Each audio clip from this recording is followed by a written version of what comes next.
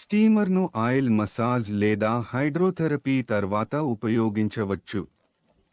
ఇది deep penetration పనిని చేస్తుంది. మా వద్ద హుడ్ స్టీమర్ ఉంది. ఇది స్టీమ్ ఇస్తే ఉపయోగపడుతుంది. స్టీమర్. ఈ మా స్టీమర్. మేము దీన్ని ప్లగ్ ఇన్ చేసి ఆన్ చేశాము. చాలా స్టీమర్లలో టైమర్ ఉంటుంది. మీరు ఇందులో కనుక్కొనగలిగే టైమర్ను చూడవచ్చు. మీరు టైమర్ను 5 నిమిషాల, 10 నిమిషాల లేదా 15 నిమిషాల టైం వ్యవధి కోసం సెట్ చేయవచ్చు. మరియు ఎవరైనా దీనిలో టైమర్ ఫంక్షన్ లేకపోతే మీ మొబైల్ లేదా మీ వాచ్ ద్వారా సమయాన్ని కూడా సులభంగా గమనించవచ్చు.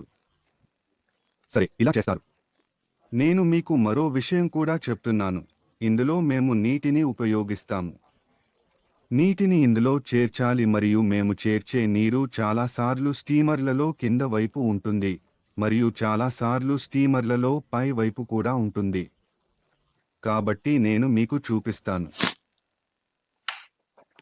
నీరు పోస్తే స్టీమర్లో. మీరు నీటిని పోయిన తర్వాత ప్లగ్ చేయడం మర్చిపోకండి. రిఫిల్ చేసిన తర్వాత దీన్ని ప్లగ్ చేయాలి, లేకపోతే నేను దీన్ని తీసివేస్తాను. ఇప్పుడు మీరు చూడవచ్చు, మీకు ఒకటి మీరు దీని నీటి స్థాయిని కూడా గమనించాలి. నీటి స్థాయి ఈ లైన్ వరకు ఉండాలి. ఇది మీకు ఇక్కడ కనిపిస్తోంది. చాలా సమ్మర్లలో కింద బౌల్ ఉంటుంది. ఆ నీటి బౌల్లో కూడా కొన్నిసార్లు లైన్ లేదా రెడ్ లైన్ ఉంటుంది. ఆ లైన్ కంటే కింద ఉండాలి, దానిపైకి వెళ్ళకూడదు. ఈ విషయాన్ని గమనించాలి.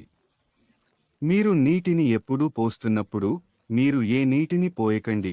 మీరు డిజిటల్ వాటర్ మాత్రమే పోయాలి.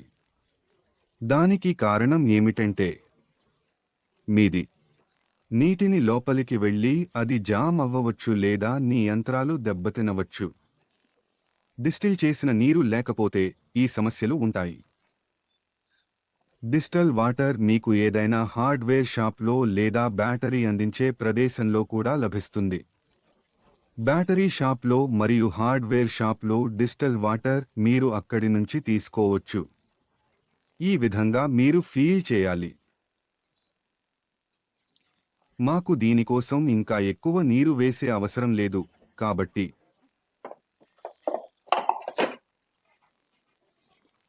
ఇది ఫీల్డ్లో ఉంది.